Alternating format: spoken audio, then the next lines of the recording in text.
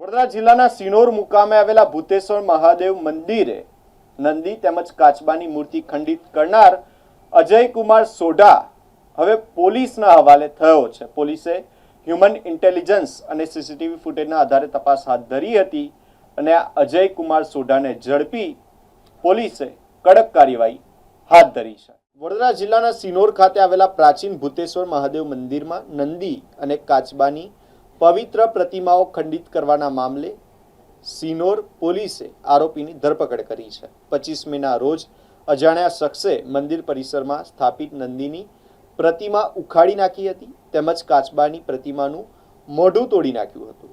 આ ઘટનાથી હિન્દુ સમાજમાં ભારે રોષ ફેલાયો હતો। ઘટનાને લઈને બજરંગ દળ, વિશ્વ હિન્દુ પરિષદ અને અન્ય હિન્દુ સંગઠનો દ્વારા કડક કાર્યવાહી કરવાની માંગ કરવામાં આવી હતી। સિનોર પોલીસ સ્ટેશનના આર વસાવાના માર્ગદર્શન હેઠળ હ્યુમન ઇન્ટેલિજન્સ અને સીસીટીવી ફૂટેજના આધારે તપાસ હાથ ધરવામાં આવી હતી। તપાસ દરમિયાન પોલીસે અજયકુમાર નટવરસિંહ સોઢા નામના 27 વર્ષીય આરોપીની અટકાયત કરી અને આગળની કાર્યવાહીની શરૂઆત કરી છે।